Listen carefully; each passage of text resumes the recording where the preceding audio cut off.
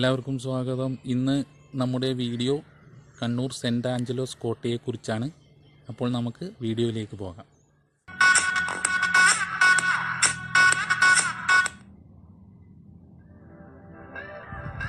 വീഡിയോയിലേക്ക് പോകുന്നതിന് മുമ്പ് മറ്റൊരു കാര്യം, നിങ്ങൾക്ക് വീഡിയോ ഇഷ്ടമായാൽ ലൈക്ക് ചെയ്യുക. പിന്നെ നിങ്ങളുടെ വിലയേറിയ അഭിപ്രായങ്ങൾ കമൻറ്റ് ബോക്സിൽ കമൻറ്റ് ചെയ്യുക. അപ്പോൾ നമുക്ക് വീഡിയോയിലേക്ക് പോകാം. സെൻറ് ആഞ്ചലോസ് കോട്ട. പോർച്ചുഗീസുകാരുടെ വരവോടെ കണ്ണൂർ കേരളത്തിലെ ഒരു പ്രധാന വ്യാപാര കേന്ദ്രമായി ഉയർന്നു. ക്രിസ്തുവർഷം 16-18 നൂറ്റാണ്ടുകളിൽ കേരളത്തിലെ പ്രധാന സൈനിക കേന്ദ്രങ്ങളിലൊന്നായിരുന്നു കണ്ണൂർ സെൻറ് ആഞ്ചലോസ് കോട്ട. അറബിക്കടലിൻ്റെ സാന്നിധ്യം കൊണ്ടും അക്കാലത്തെ രാഷ്ട്രീയ പരിസ്ഥിതികളാലും വളരെയേറെ പ്രാധാന്യം അർഹിക്കുന്നതാണ് കണ്ണൂർ കോട്ട. കണ്ണൂർ ജില്ലയിൽ നിന്നും 3 കിലോമീറ്റർ അകലെയായി കടലിന് അഭിമുഖമായി ആണ് കോട്ട സ്ഥിതി ചെയ്യുന്നത്. പോർച്ചുഗീസുകാരുടെയും പിന്നീട് ബ്രിട്ടീഷുകാരുടെയും മലബാർ തീരത്തുള്ള ഒരു പ്രധാന സൈനിക താവളം കൂടിയായിരുന്നു കോട്ട.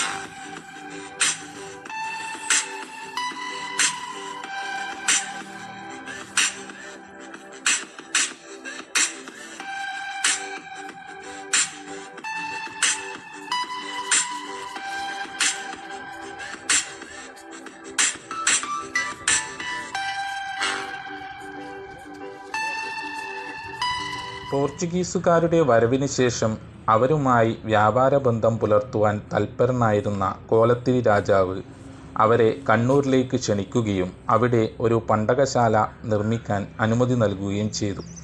പോർച്ചുഗീസ് നാവികൻ ആയിരുന്ന പെഡ്രോ അൽവാരിസ് കബ്രാൾ ക്രിസ്തുവർഷം 1500 ഫാക്ടറിക്കു വേണ്ടിയുള്ള പ്രാരംഭ പ്രവർത്തനങ്ങൾ നടത്തി. തുടർന്ന് ക്രിസ്തുവർഷം 1501 ജോഡിനോവ് ഒരു ചെറിയ ഫാക്ടറി കണ്ണൂരിൽ സ്ഥാപിച്ചതിനു ശേഷം പോർച്ചുഗലിലേക്ക് തിരിച്ചുപോയി.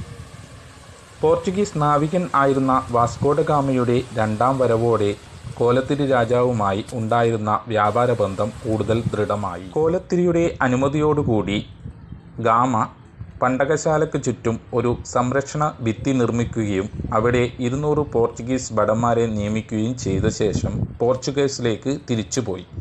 തുടർന്ന് ക്രിസ്തുവർഷം 1505 ഇന്ത്യയിലെ ആദ്യത്തെ പോർച്ചുഗീസ് വൈസ്രോയിയായ ഫ്രാൻസിസ്കോ ഡാ അൽമേഡ കണ്ണൂരിലെത്തി കോലത്തിരിയുടെ അനുമതിയോടുകൂടി അൽമേഡ അവിടെ ഒരു കോട്ട പണിയുവാൻ ആരംഭിച്ചു.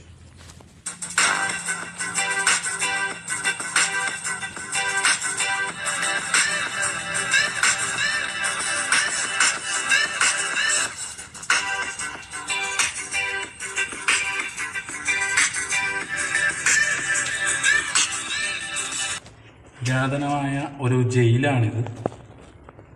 പണ്ട് തടവുകാരെ പാർപ്പിച്ചിരുന്ന ജയിലാണ് ഇത്. കുതിരാലയത്തിന് സമീപത്തായിട്ടുള്ള ജയിൽ.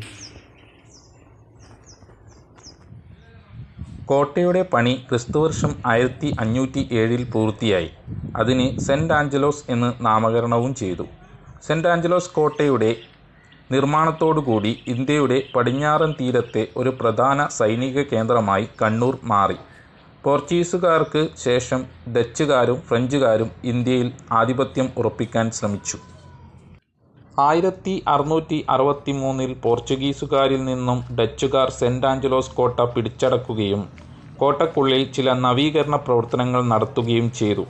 ക്രിസ്തുവർഷം 1772 ഡച്ചുകാർ ഈ കോട്ട കണ്ണൂരിലെ ആലി രാജയ്ക്ക് കൈമാറി. ക്രിസ്തുവർഷം 1790 ബ്രിട്ടീഷുകാർ കോട്ട പിടിച്ചടക്കുകയും മലബാറിലെ ഏറ്റവും വലിയ സൈനിക കേന്ദ്രം ആക്കി മാറ്റുകയും ചെയ്തു.